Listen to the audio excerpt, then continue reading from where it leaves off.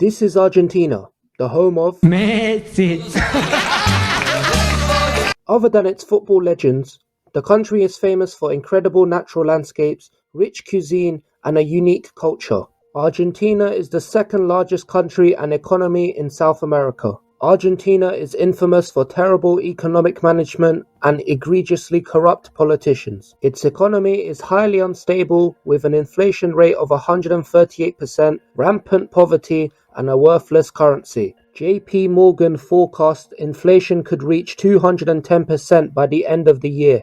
Debt is also at exorbitant levels. Argentina has had a long history of defaults and is the largest debtor to the IMF, a lender of last resort. Part of the problem stems from its history. This year, the Argentinian presidential runoff elections will be held on the 19th of November between the Peronist Sergio Massa and a newcomer with radical ideas, Javier Milei. The two candidates are offering very polarized visions to turn Argentina's fortunes around. In this video, we will explore the economic policies of both candidates and explore Argentina's economic problems. Argentina was once one of the richest countries in the world. In the late 19th century, it even had a higher GDP per capita than the USA, thanks to its abundant natural resources, fertile farmland, and thriving meat exports. The country was even seen as a potential great power, enjoying high levels of economic growth and huge inflows of investment. After World War I,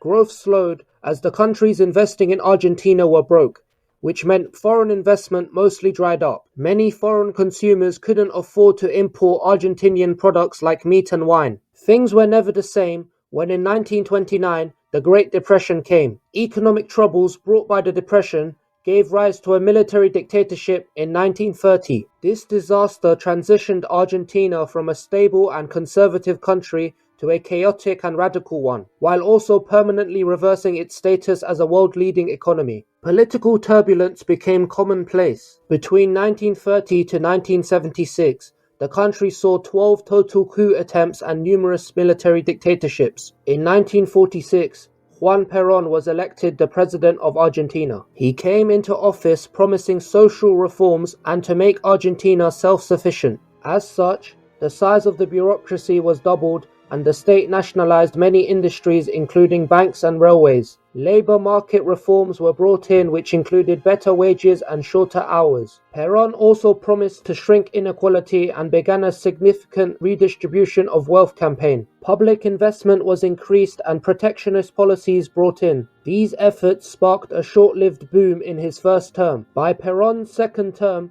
economic calamity was looming. Argentina couldn't afford to maintain such a generous welfare state and austerity measures had to be brought in. Many of Perón's reforms turned out to be short-sighted. For example, the nationalization of the railways cost the government more than $600 million. In today's money, that would be a staggering $8.2 billion. Not only did the railways never turn a profit, much of the trains and rail infrastructure bought were decrepit, predating 1914. Modernizing the system would have cost around $1.2 billion.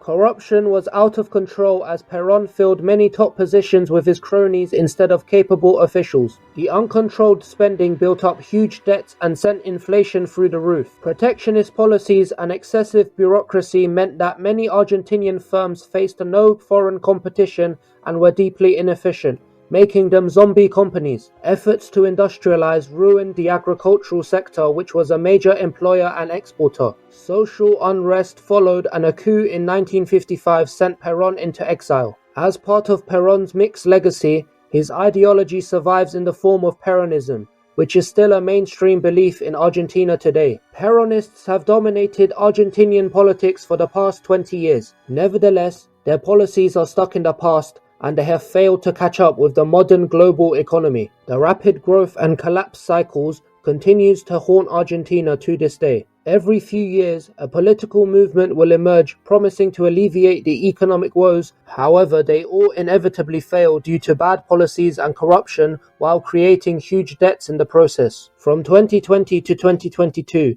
the Argentinian economy grew more than 60%, making it one of the fastest growing in the world.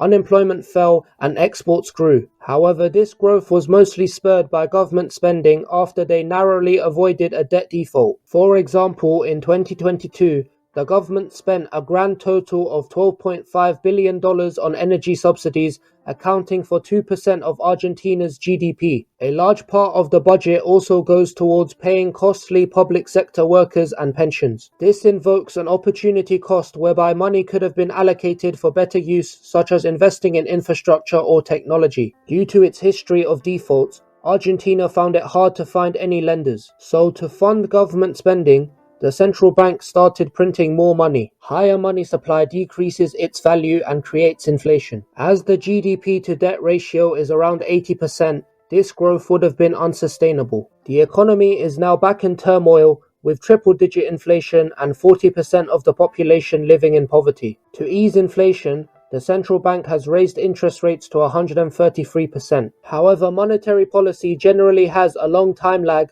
which makes it ineffective. This also makes the cost of debt servicing even worse for the government. Many citizens spend their money immediately or keep their savings in US dollars thanks to a lack of trust in the banks and the government. The country's agricultural sector has also been suffering. Agriculture makes up 6% of Argentina's economy, and agricultural products such as wheat and soybeans are its main exports. This year, Argentina faced its worst drought in 60 years, which damaged crop yields and livestock. The total economic loss could amount to $10.5 billion for farmers. The government has been able to offer little help. They are set to lose $3.5 billion in tax revenues from farming. The sector is a major supplier of the foreign currency that Argentina desperately needs to pay back its debts and buy imports. Foreign reserves right now are at dangerously low levels. As nobody wants to invest in Argentina, foreign reserves are the only way the government can manage the balance of payments.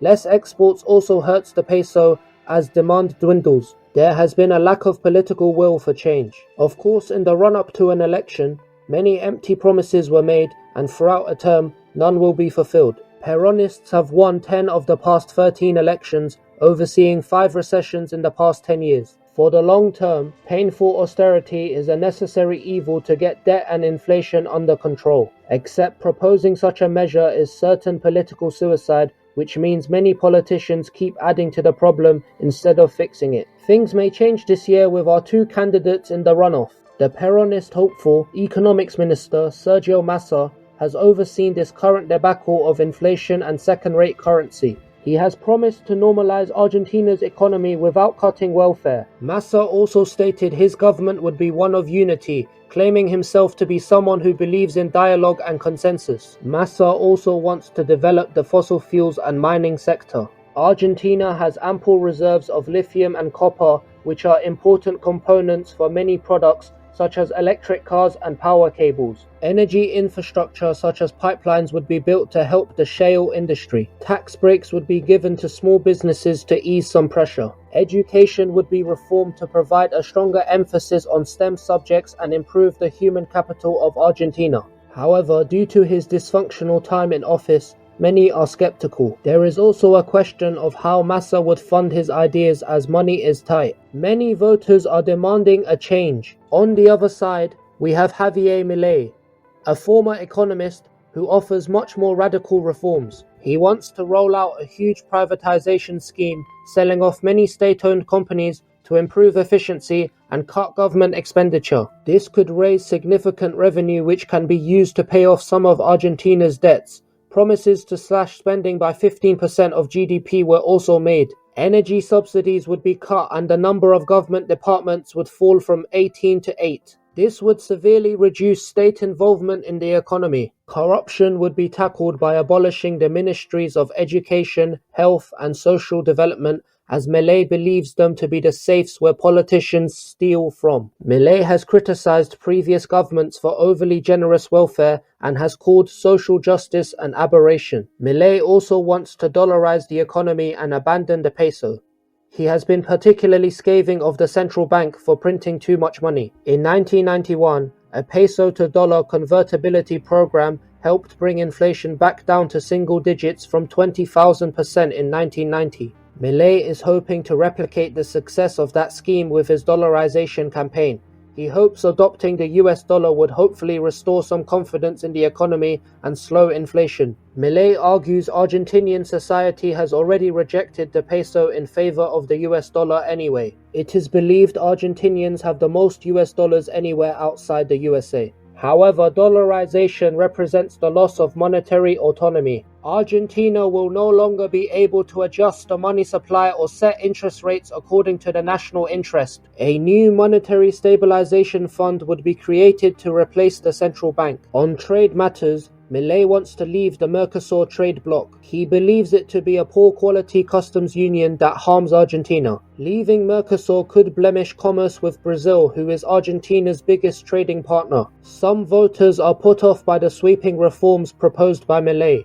Some are also worried about his lack of experience. Milei is from an academic background and has served in Congress for less than 2 years. As the country is in crisis, only a seasoned veteran could steer clear of the upcoming storm. Regardless of your personal choice, it is clear that Sunday's winner is going to inherit a troubled economy and a perturbed populace. No politician has been able to drag the country out of the economic mess. Argentina requires extensive structural changes to free itself from the continuous boom and bust cycle. Debt, inflation, and currency woes must all be dealt with to normalize the economy.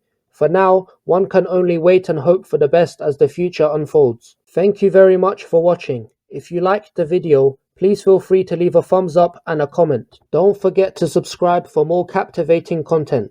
As always, we appreciate your support and we'll see you in the next video. Until then, adios.